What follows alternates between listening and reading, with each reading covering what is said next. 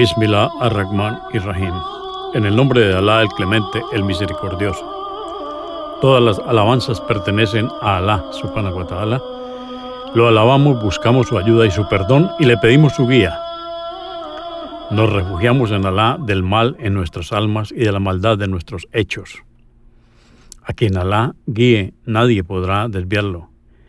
Y a quien Alá, subhanahu wa ta'ala, desvíe, nadie podrá guiarlo. Atestiguo que nadie merece ser adorado excepto Alá, quien no tiene asociados, y atestiguo que Muhammad, la paz de Dios sea con él, es su siervo y mensajero. En este día decimos que una de las cosas más importantes es saber si de verdad Dios se hizo hombre, y este tema lo vamos a hacer originado por la persona del doctor Bilal Phillips, PhD en Teología de la Universidad de Gales, Reino Unido.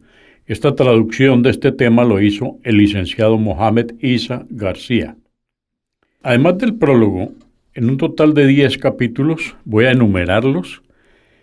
Vamos a hablar sobre la creencia en Dios, los dioses, el hombre es Dios, Dios se convierte en sus criaturas, Dios se convierte en un hombre, los hombres se convierten en Dios.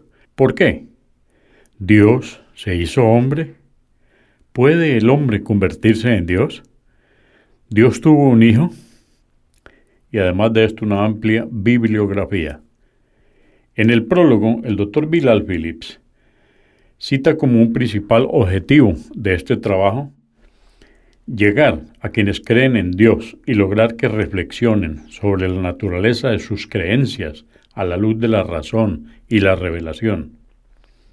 En realidad, este tema fue editado para varias conferencias en diferentes lugares y finalmente hoy nos llega para ustedes en mi voz, Abu Mujahid Fletcher, en representación de Islam in Spanish. Dice el doctor Bilal Phillips, es mi sincero deseo, mi sincero anhelo que los lectores encuentren de utilidad las ideas y temas tratados en este tema de hoy para enriquecer su búsqueda personal de Dios, porque en última instancia no existe nada más importante en este mundo que encontrar a Dios y vivir según su voluntad. Ahora, para quienes no estén interesados en esta búsqueda, ni en vivir según la verdad divina, solo puedo ofrecerles una humilde oración para que Dios los ayude a encontrar el camino de regreso a Él antes de que se les acabe su tiempo en este mundo. Por último, el doctor Bilal Phillips hace agradecimiento en la preparación y publicación de este tema principalmente a su esposa Esther y a la señora Dana Bader. La creencia en Dios. La vasta mayoría de los seres humanos siempre ha creído en Dios, desde las civilizaciones más antiguas hasta las sociedades modernas más primitivas. Las religiones centradas en Dios han conformado la base de la cultura humana. De hecho, la negación de la existencia de Dios, entre paréntesis el ateísmo, a lo largo de la historia estuvo limitada a unas cuantas personas hasta el surgimiento del comunismo en el siglo XX. Aún en las sociedades seculares de Occidente, en las que los científicos sociales armados con teorías darwinianas sostienen que Dios no es más que una invención del imaginario colectivo humano, la mayoría de los ciudadanos, legos y científicos incluso se aferran con fuerza a su creencia en Dios. Por lo tanto, el abrumador acervo arqueológico que apoya la existencia de Dios ha llevado a que algunos antropólogos lleguen a la conclusión de que la creencia en Dios, que es el deísmo, debe ser algo innato y no adquirido. Si bien la gran mayoría de científicos sociales proponen lo contrario, recientes descubrimientos científicos parecen apoyar la opinión minoritaria de que el deísmo es innato. En un artículo titulado en inglés God Spot Found in the Brain, encuentran punto divino en el cerebro, el doctor Vilayanur Ramachandran de la sede San Diego de la Universidad de California afirma que el fenómeno de la creencia religiosa en Dios está conectado físicamente en el cerebro. Tenemos aquí el texto completo. Encuentran Punto Divino en el Cerebro por Steve Connor, un corresponsal científico del Sunday Times, el 2 de noviembre del año 97, en su página 19. Voy a enumerar algunos puntos porque vamos a seguir con el tema. De este punto dice, encuentran punto divino en el cerebro.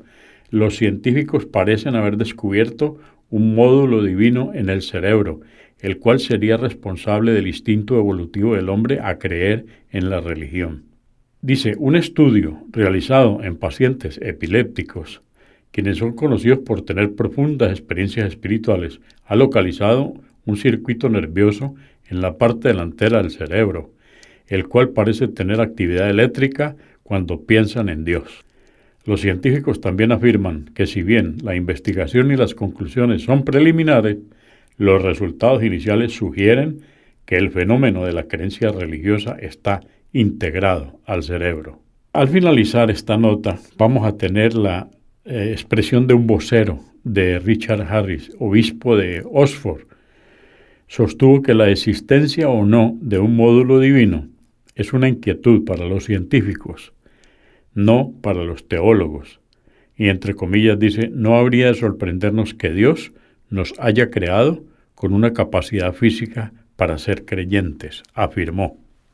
A pesar de la creciente evidencia de que el hombre nace con una capacidad física para ser creyente, el hecho de que el concepto de Dios haya variado enormemente en las sociedades humanas sigue llevando a que muchos pensadores, aún aquellos que creen en Dios, afirmen que las religiones son una creación humana. No obstante, diversas investigaciones exhaustivas revelan un rastro teológico común que une a las distintas religiones.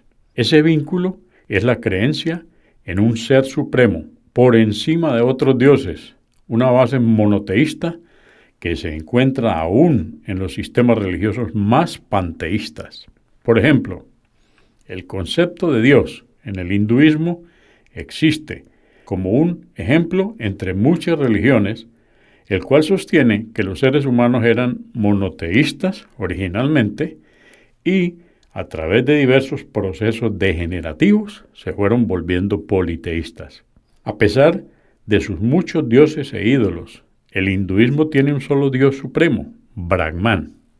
Tradicionalmente, la mayoría de los antropólogos concluyen que la religión surgió a partir de diversas etapas del politeísmo hacia el monoteísmo, comenzando con la atribución de caracteres divinos a las fuerzas de la naturaleza y luego, eventualmente, pasando a un diteísmo y de allí a consolidar todos los poderes supernaturales en dos dioses principales, un dios del bien y un dios del mal, simplificando por último toda la creencia en un solo Dios, el monoteísmo. Por lo tanto, la religión, según los antropólogos y los científicos sociales, no tiene origen divino. Es simplemente un producto secundario de la evolución de las primeras supersticiones del hombre, basado en su falta de conocimiento científico. De allí que los mismos teóricos crean que la ciencia terminará por desentrañar todos los secretos de la naturaleza, dando como resultado el desuso de la religión para explicar los fenómenos naturales y la consecuente extinción de la religión por completo. Sin embargo, la creencia innata del hombre en un ser supremo parece apoyar la visión opuesta, que propone que el hombre comenzó monoteísta, pero con el paso del tiempo se descarrió en diversas formas de politeísmo. Esta opinión tiene aún más apoyo en el hecho de que todas las llamadas tribus primitivas que fueron, entre comillas, descubiertas, ya creían en un ser supremo.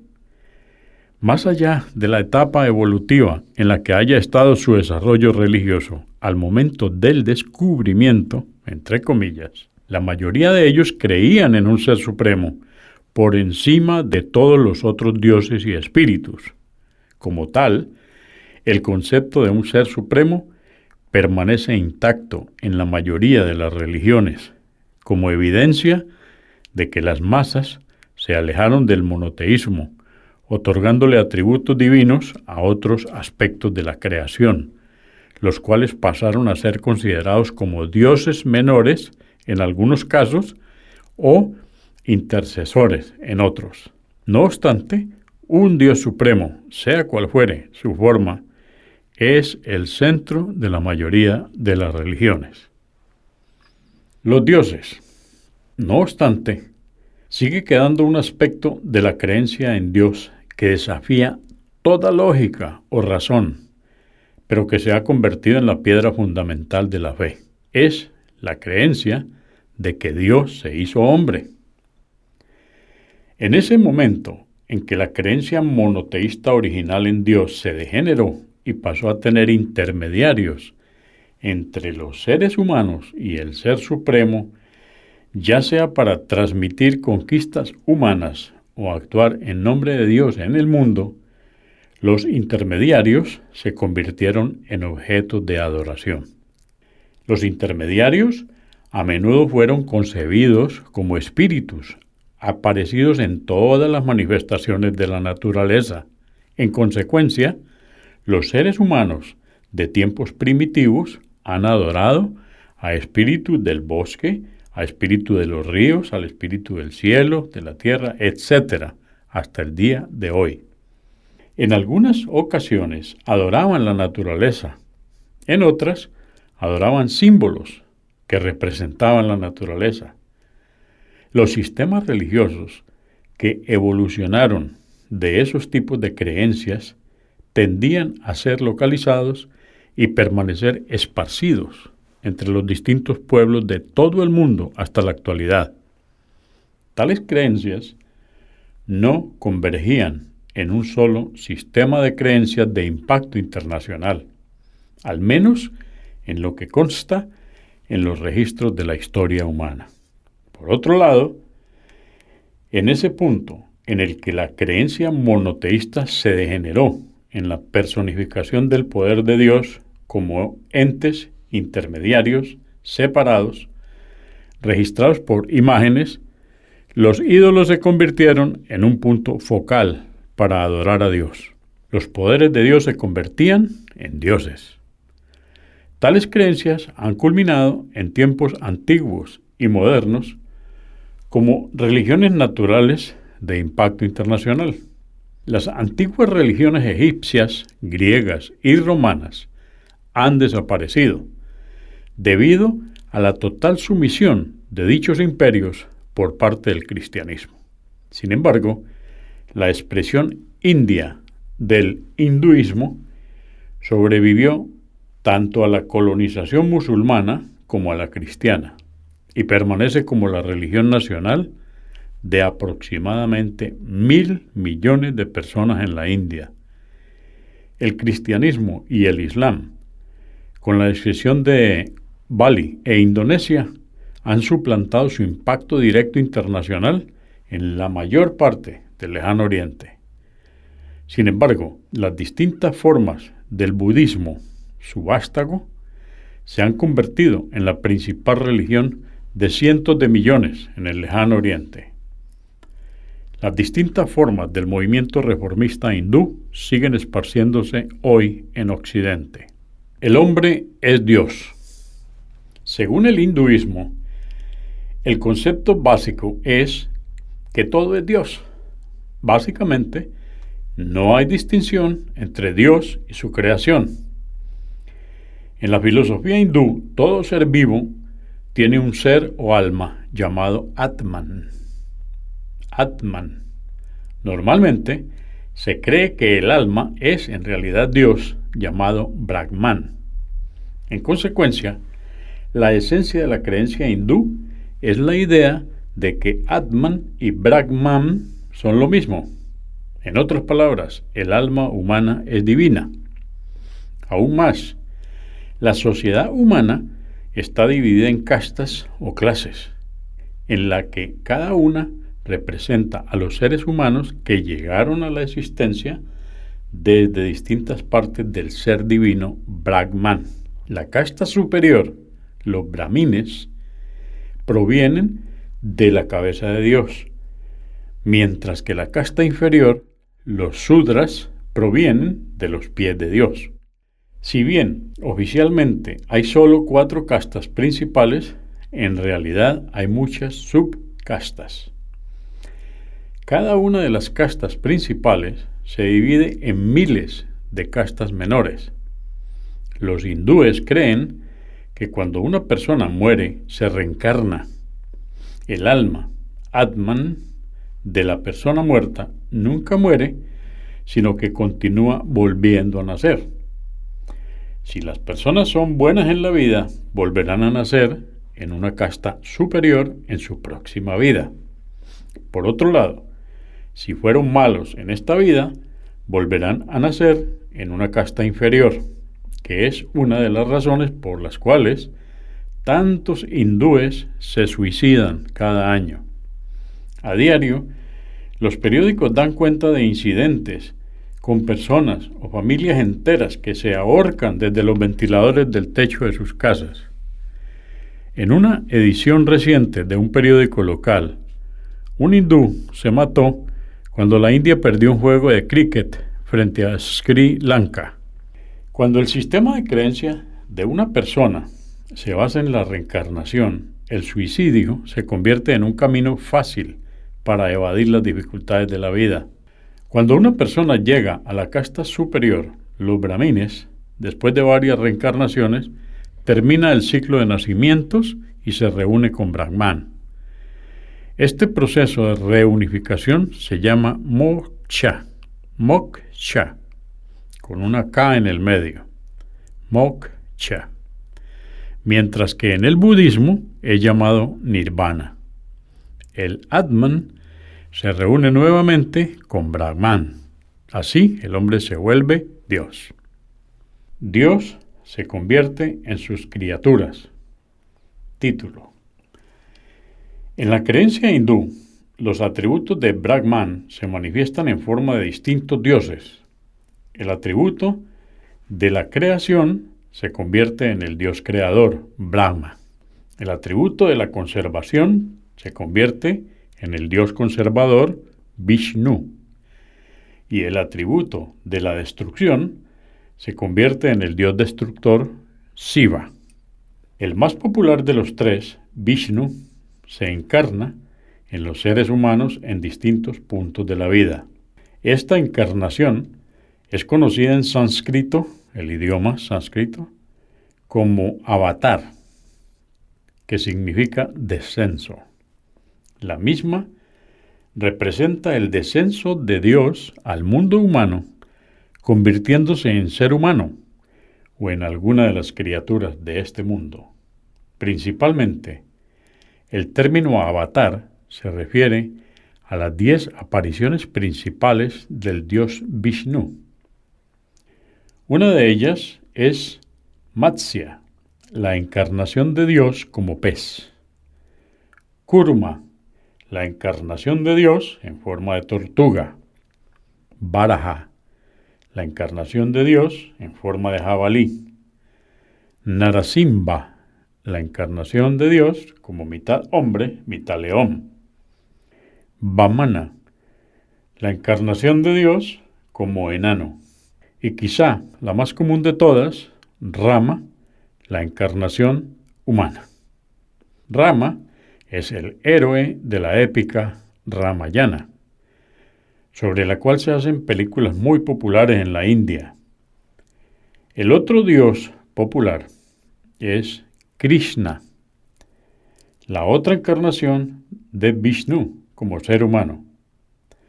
Su épica es el Mahabharata, que describe el descenso de los dioses en formas humanas para salvar a la diosa Tierra, oprimida por los demonios, agobiada por la superpoblación y en peligro de disolución.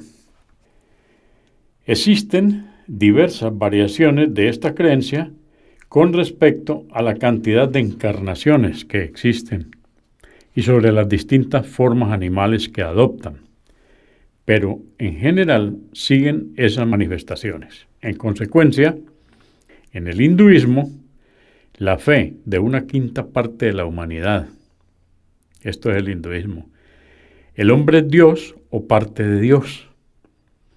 La diferencia entre el creador y su creación es solo superficial. El budismo popular comparte el concepto hindú de la encarnación con sus propias modificaciones. El budismo considera que todo ser consciente posee la naturaleza de Buda, entre comillas, y por lo tanto es capaz de convertirse en Buda. Buda, en las antiguas enseñanzas, era un verdadero maestro humano que vivió y enseñó. Sin embargo, en el budismo, Mahayana, la idea de Buda, eterno, entre comillas, personificando la verdad absoluta y desarrollada. Y Buda fue elevado al estatus de Dios para revelar su mensaje a la humanidad. Este Buda eterno se manifiesta de tanto en tanto como un Buda terrenal para vivir y trabajar entre los seres humanos. Por lo tanto, Siddhartha Gautama, fundador del budismo, fue solo una de las apariciones terrenales, una aparición fantasmagórica creada por el Buda eterno. El budismo incorporó los elementos del sistema indio de los dioses y el cielo y respondió a la popularidad del hinduismo Bhakti, la devoción personal a las deidades salvadoras. La naturaleza absoluta o naturaleza de Buda fue vista por algunos como poseedora de atributos que se manifiestan como Budas y Bodhisattvas eternos que existieron en reinos espirituales y que ofrecían sus méritos, protección y ayuda para lograr la iluminación en sus seguidores y devotos. Los principales entre los Bodhisattvas eternos eran Avalokitesvara, personificación de la compasión, y Manjusri, que es la personificación de la sabiduría. Entre los Budas eternos estaban Akshobhya, que es el imperturbable, Amitabha, que es la luz eterna, y Amitayus, que es la vida eterna. Veamos el capítulo Dios, el título mejor, Dios se convierte en un hombre. La creencia cristiana en la encarnación de Dios tiene sus orígenes en las creencias de los antiguos griegos.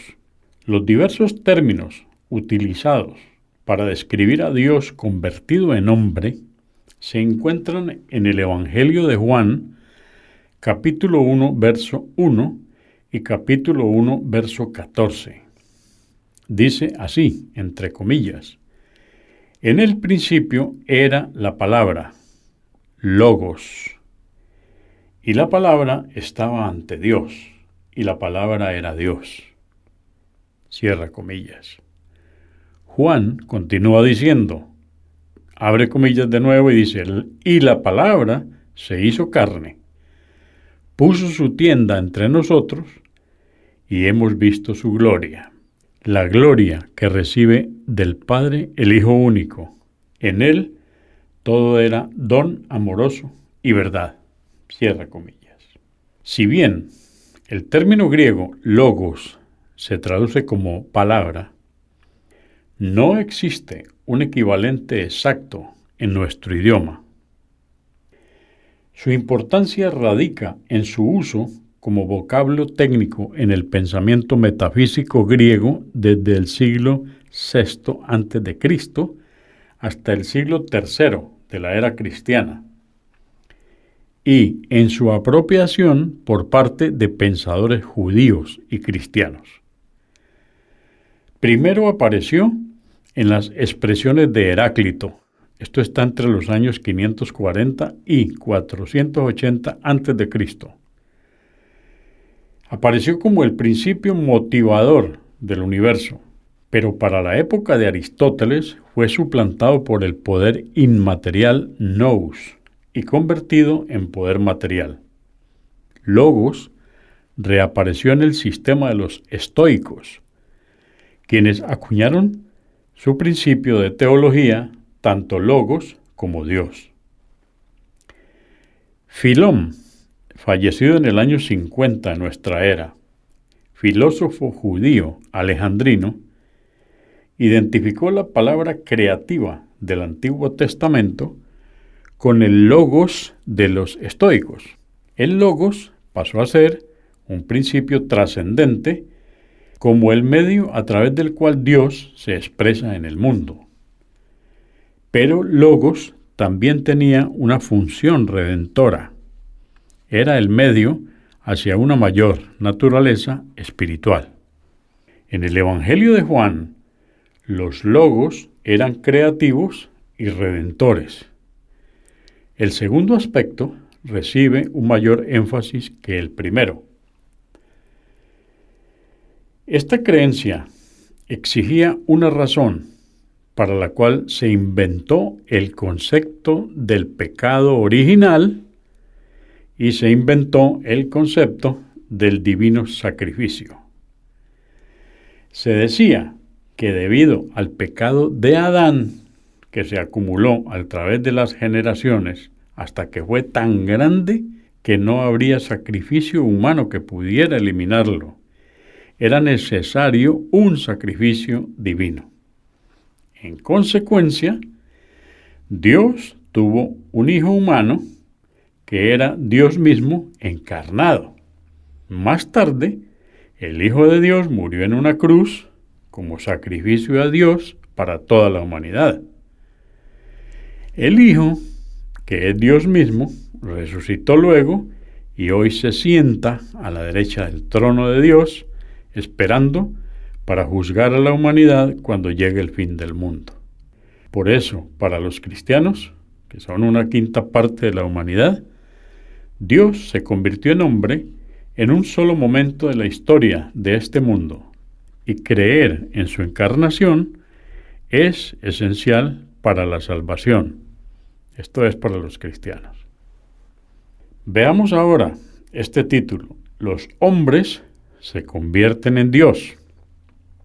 Desde la perspectiva de la humanidad de Jesús, la creencia cristiana de que Él es Dios puede ser percibida como la simple elevación de un ser humano a un estatus divino. Sin embargo, existe otro conjunto de creencias entre algunos seguidores del Islam que, al igual que el hinduismo y el budismo, ofrecen a los seres humanos la oportunidad de convertirse en Dios. El origen de estas creencias pueden encontrarse en el misticismo, cuyas raíces se hallan en las antiguas religiones místicas griegas. El misticismo se define como una experiencia de unión con Dios y la creencia de que el principal objetivo del hombre en la vida está en buscar esa unión.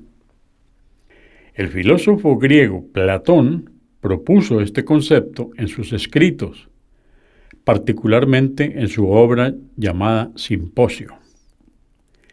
En él describe cómo el alma humana puede ascender espiritualmente hasta que finalmente se reúne con Dios. La base de esta creencia es la enseñanza de que los seres humanos son, de hecho, partes de Dios que han quedado atrapadas en este mundo material. El cuerpo físico que recubre el alma humana, en consecuencia, el alma, en su opinión, es divina. La parte de Dios que está atrapada en este mundo debe liberarse del mundo material y reunirse con Dios. En el pueblo musulmán surgió una secta que promovió la misma idea. Sus seguidores son llamados tradicionalmente sufis. Estos son los sufis. Y su sistema de creencias es llamado sufismo. Este término se traduce habitualmente como misticismo o misticismo islámico. Se basa en el mismo concepto que el de la mística griega, que dice que el alma humana es divina y que la manera en que se reúne con Dios es a través de ciertos ejercicios espirituales. Diversos grupos de sufis evolucionaron hacia cultos llamados tariqas. Los tariqas, entre paréntesis, son caminos. Cada culto recibía el nombre de su fundador real o supuesto, y cada uno tenía sus propios ejercicios espirituales, los cuales sus miembros cumplían a rajatabla. La mayoría enseñaba que después de que los seguidores llevaran a cabo los ejercicios espirituales, emocionales y físicos prescritos, se unificarían con Dios. Esta unión recibió el nombre árabe de Fanaá o Faná, que significa disolución, o Wusul, con doble U, Wusul, que significa llegada. El concepto, entre comillas, de unidad con Dios fue rechazado por los estudiosos musulmanes tradicionales, pero aceptado por algunas masas. En el siglo X, un devoto sufi, Al-Halaj, entre los años 858 al 922, anunció públicamente que él era Dios y prescribió poemas y un libro llamado Kitab al-Tawassin con ese fin. En él escribió, entre comillas, si no reconoces a Dios, al menos reconoces su señal. Soy la única verdad absoluta, porque a través de la verdad soy la verdad eterna. Mis amigos y maestros son Iblis y el faraón. Iblis fue amenazado con el infierno porque no admitía que hubiera nada entre él y Dios. Y aunque me maten y sacrifiquen y me corten las manos y los pies, no me retractaré. Ibn Arabi, fallecido en 1240, llevó el concepto de unidad con Dios un paso más allá, afirmando que solo existe Dios. En una de sus obras escribió lo siguiente: Gloria a Él, quien hizo aparecer todas las cosas, a la vez que constituye su esencia. Y en otro libro escribió: Él es la esencia de todo lo que aparece, y Él es la esencia de lo que está oculto cuando Él aparece. Quien lo ve es solo Él, y nadie se oculta de Él, porque Él aparece ante Él mismo a la vez que está oculto. Ese concepto es llamado Wahdatul Wujud, o sea, unidad de la existencia, y se hizo muy popular entre los sufis en todo el mundo musulmán. ¿Por qué?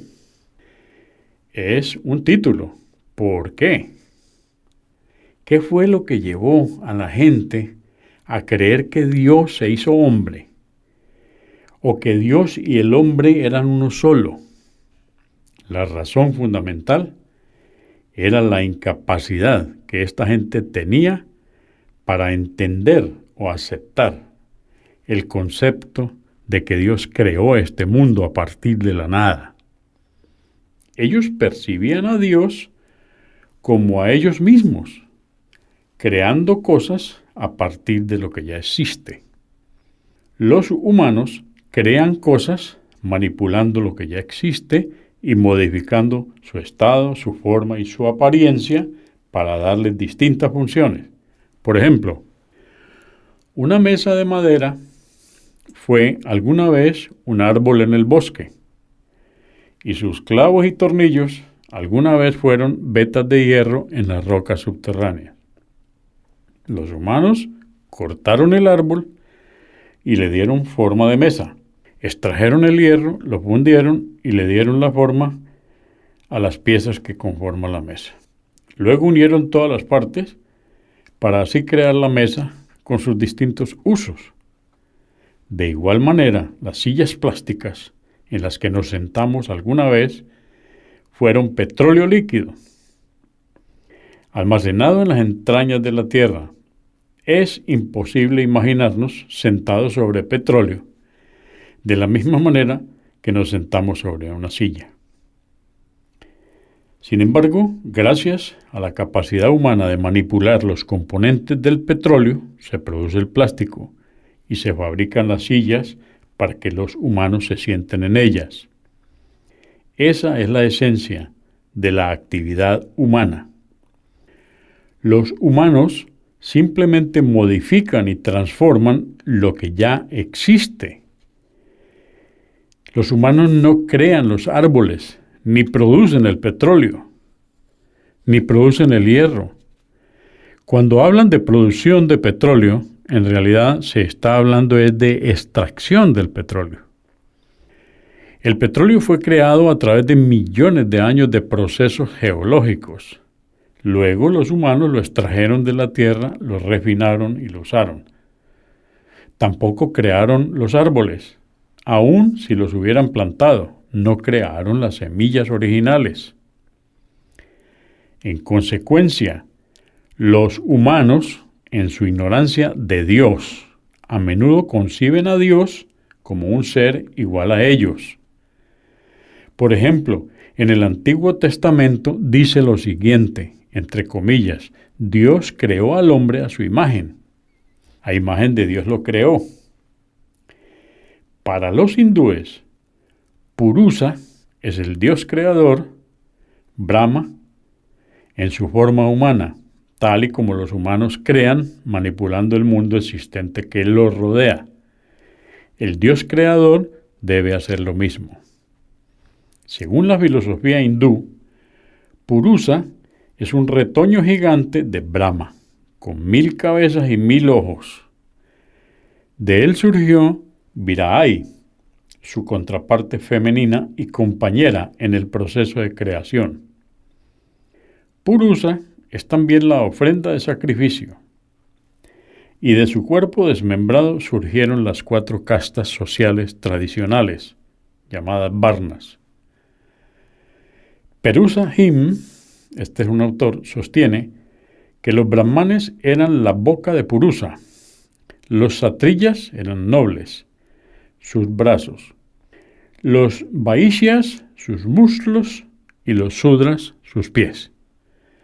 La incapacidad de los hindúes de concebir a Dios como creador de este mundo a partir de la nada los llevó al concepto de que Dios creó al mundo a partir de sí mismo y a su pueblo a partir de las distintas partes de su cuerpo. La capacidad humana de entender las ideas y conceptos es limitada. Los seres humanos no pueden captar ni entender lo que es infinito.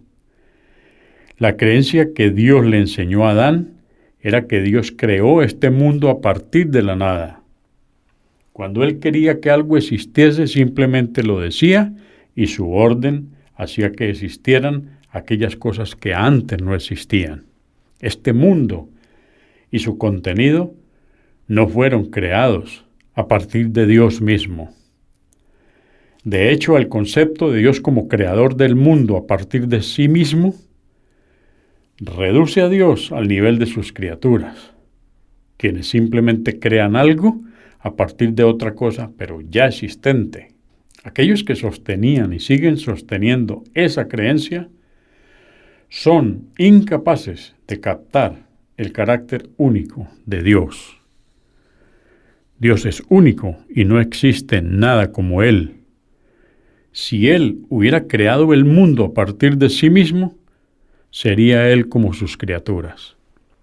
Ahora viene la pregunta, ¿Dios se hizo hombre? La pregunta que falta es si Dios se hizo hombre. Hablando lógicamente, la respuesta es no. No, porque el concepto de Dios hecho hombre contradice el significado básico de la palabra Dios. La gente comúnmente dice que Dios puede hacer todo.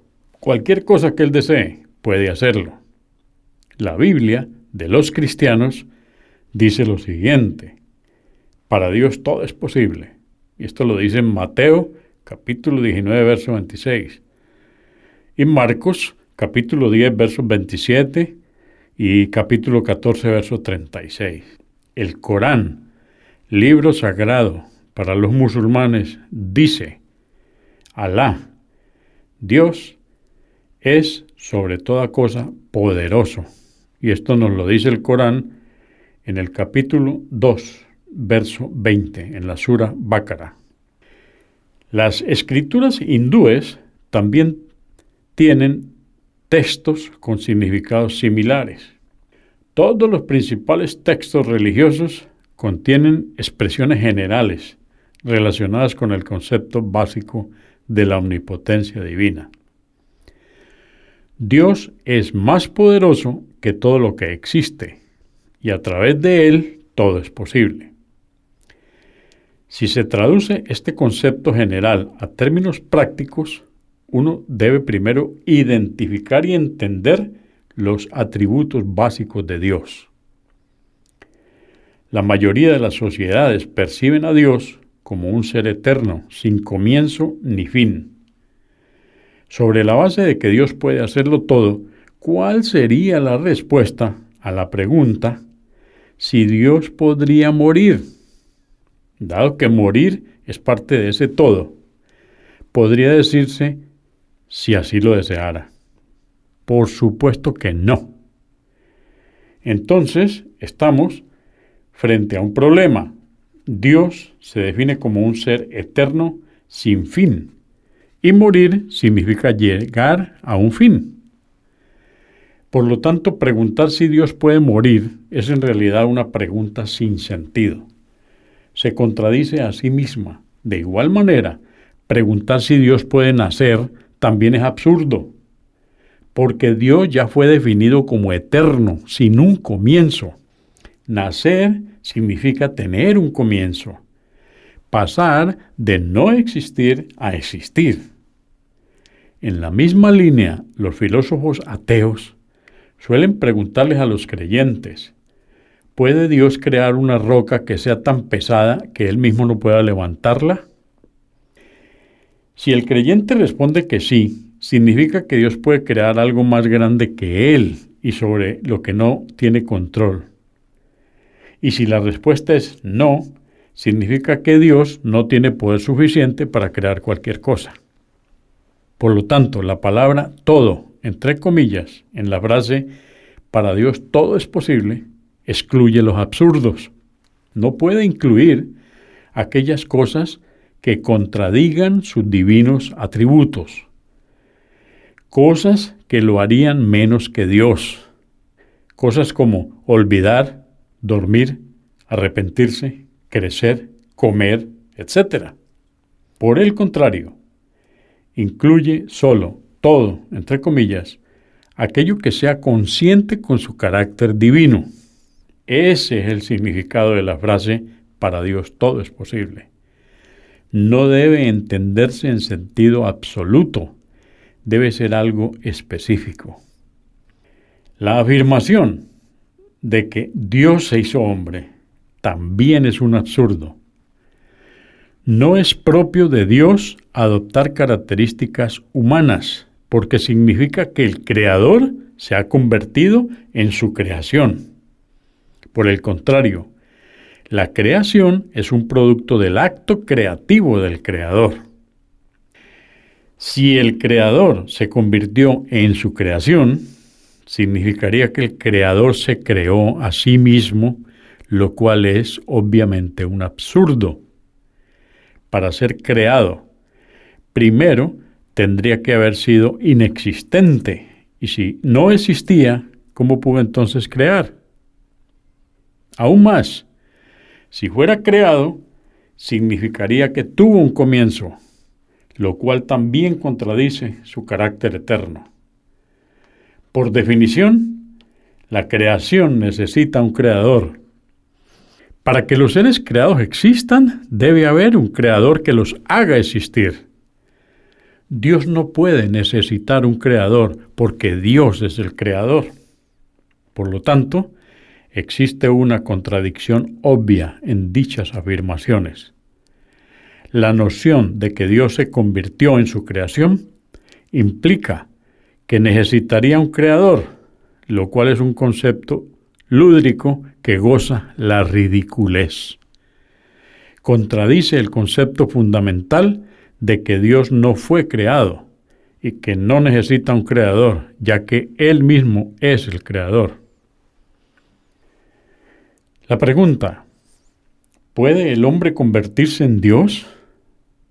El hombre es un ser limitado, es decir, el hombre es creado. El hombre nace, se reproduce, luego muere. Esas son características que no se le pueden atribuir a Dios, porque lo igualan con su creación. Por lo tanto, Dios no se hizo ni se hará hombre nunca.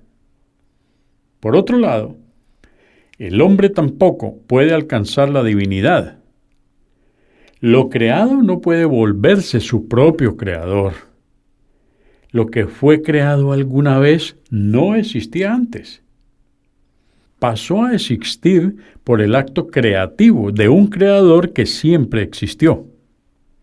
Lo no existente no puede hacerse existir a sí mismo. En cuanto al concepto paralelo de que el alma o el espíritu humano es divino, es una manera de decir que el hombre puede hacerse Dios. Esta filosofía forma la base del misticismo griego, cristiano y musulmán, de los sufis, como explicamos, que son una secta, como también de la teología hindú, y extiende la divinidad a todos los humanos y posiblemente a todas las criaturas vivas.